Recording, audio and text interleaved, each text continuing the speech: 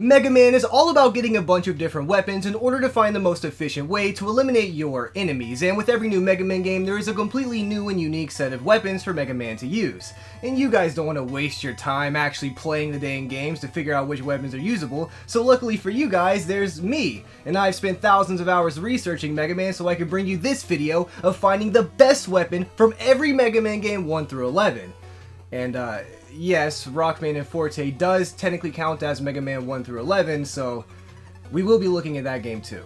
But I like that game, so it's not a problem with me. Before all the nitty-gritty begins, I want to start off by saying that items do not count as weapons, so the magnet beam, rush, and anything similar to that is not even being considered. I feel like I shouldn't have to say that, but you'd be surprised. Also, I have not played Mega Man Powered Up, so I'm not going to be considering the time or oil powers for the Mega Man 1 entry, but they don't really seem that great anywho. This list is also subjective, so don't be like this guy. I mean, come on, at least tell me what you would have put instead so that we can argue about it.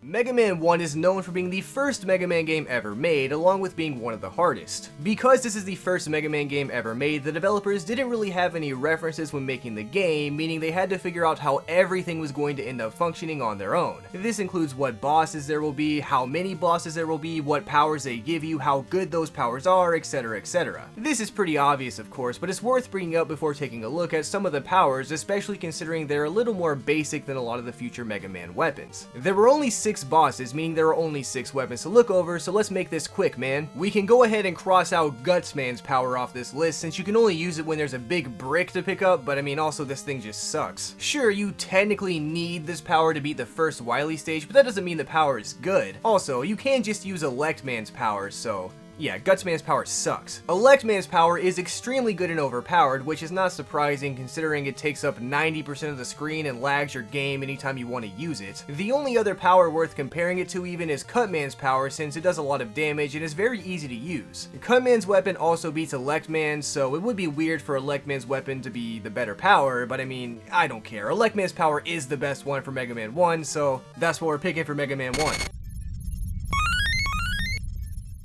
Mega Man 2 is one of my favorite games of all time, as most of you know, which means I have lots of experience and hard-grinded hours spent using every single weapon in this game. Everyone knows the Metal Blade is the best weapon in the entire Mega Man series, which would imply that it's also the best weapon in Mega Man 2, but that's way too easy of an answer, so let's look at some other weapons and see if we can cheese something else into the #1 spot. Airman's weapon is hard to use due to its unorthodox trajectory, but it's extremely fun and does lots of damage to things that it doesn't just bounce off of. The problem is, sometimes it bounces off of things. But it does look really cool. I mean, look, it's blue. I like blue. Who doesn't like blue? It's not that great though, admittedly, but Heatman's weapon when charged up does the most damage in the game and even kills Woodman in one singular hit. Too bad it's useless when you don't charge it up, and too bad it takes 20 minutes to charge it up. We could give it more credit, I guess, by claiming it inspired the future charge shots, but that seems ridiculous. Theoretically, Flashman's weapon should be by far the best weapon ever since it stops time, but unfortunately the developers were aware of the potential dangers, so they nerfed it, making you unable to shoot while time is frozen. Well, shoot. The only weapon even comparable to the Metal Blade we have yet to look at is Quickman's Boomerang, which I really do enjoy. You can shoot tons of these things out of your arm at once, and they are honestly very similar to the Metal Blade in terms of their versatility. But let's be real here, the Metal Blade is obviously the best weapon, and I've just been in denial in the past little bit, so we gotta hand it to the Metal Blade. Sorry, Quick Boomerang, you really are a great weapon, it's just that you were unlucky and overshadowed being placed in Mega Man 2. Seriously though, if Quick Boomerang wasn't like Mega Man 5 for example, it would probably be the best weapon in the game. But Mega Man 5 weapons suck, so I mean, whatever.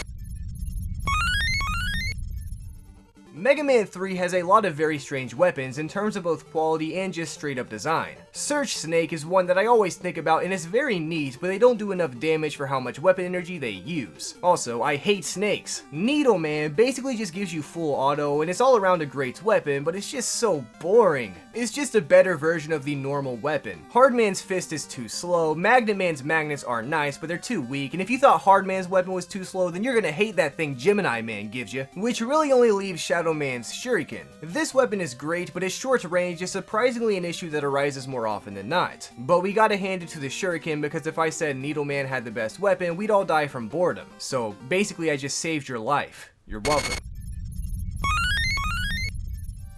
Mega Man 4 is probably the most underrated Mega Man game in the entire series, with the exception of Rockman and Forte, of course. The weapons in this game are honestly some of my favorites, but they generally get a bad rap amongst the Mega Man community. Pharaoh Man's orb thing is very interesting as a weapon, and you can't live without it, but I'm not sure I would consider it to be the best in the game. Drill Man has these giant screwdrivers or something like that explode for some reason whenever they hit something, and these things are very, very powerful. The only problem is they tend to be ineffective against enemies you'd really want to use them against, so that defeats the purpose of the weapon.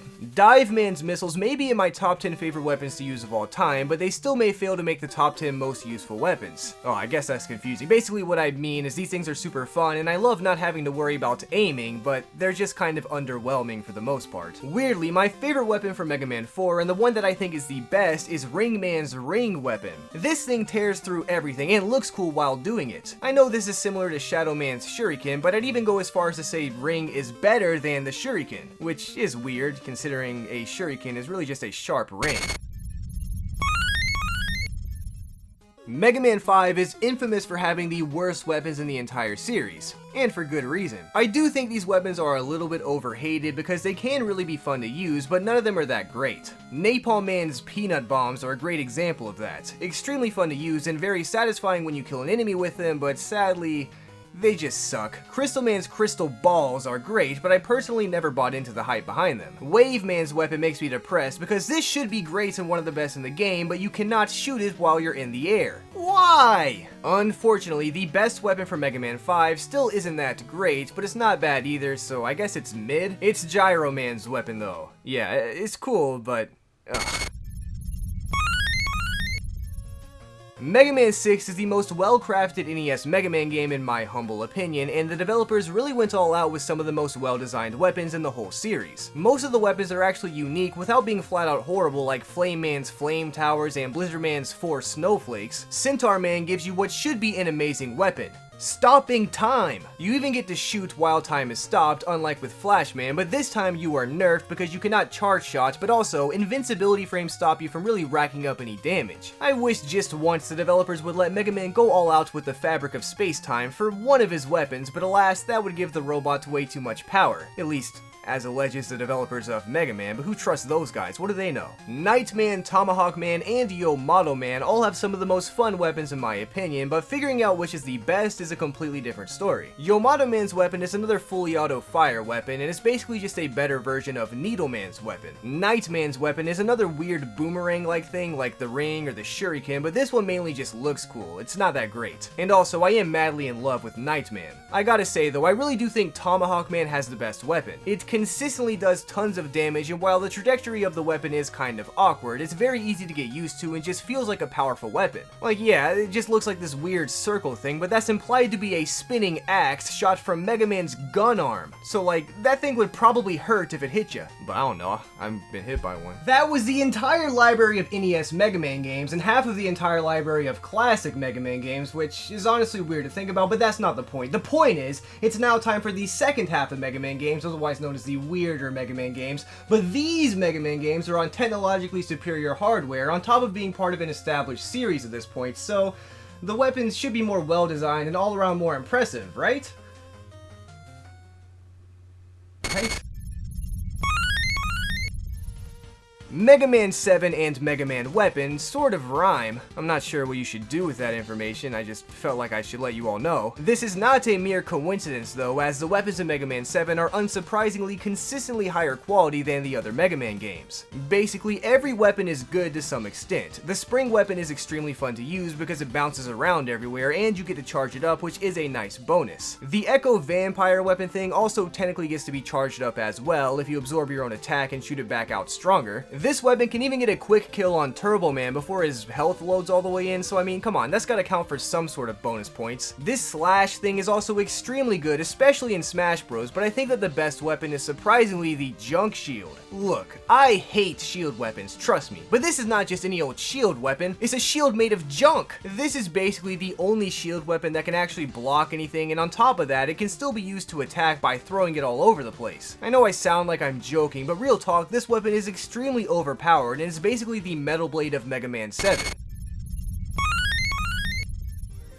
Mega Man 8 and Mega Man Hate sort of rhyme. I'm not sure what you should do with that. Look, I don't like Mega Man 8, you don't like Mega Man 8, let's make this quick, man. The ball weapon that you get at the start is half decent, but this is actually an item, and I said earlier I'm not counting those things, so we can't spend any time thinking about this one. Astro Man's screen clear seems powerful, but it's dumb. And Frost Man's weapon seems extremely powerful as well, but that's very deceiving. Really, my favorite two weapons are the Water Balls and the Thunder Claw. I really like Thunder Claw just because it's fun to use, but in terms of being a good weapon, I think the Water Balls take the cake. Also, robots always die when they touch water, which I probably should have mentioned sooner.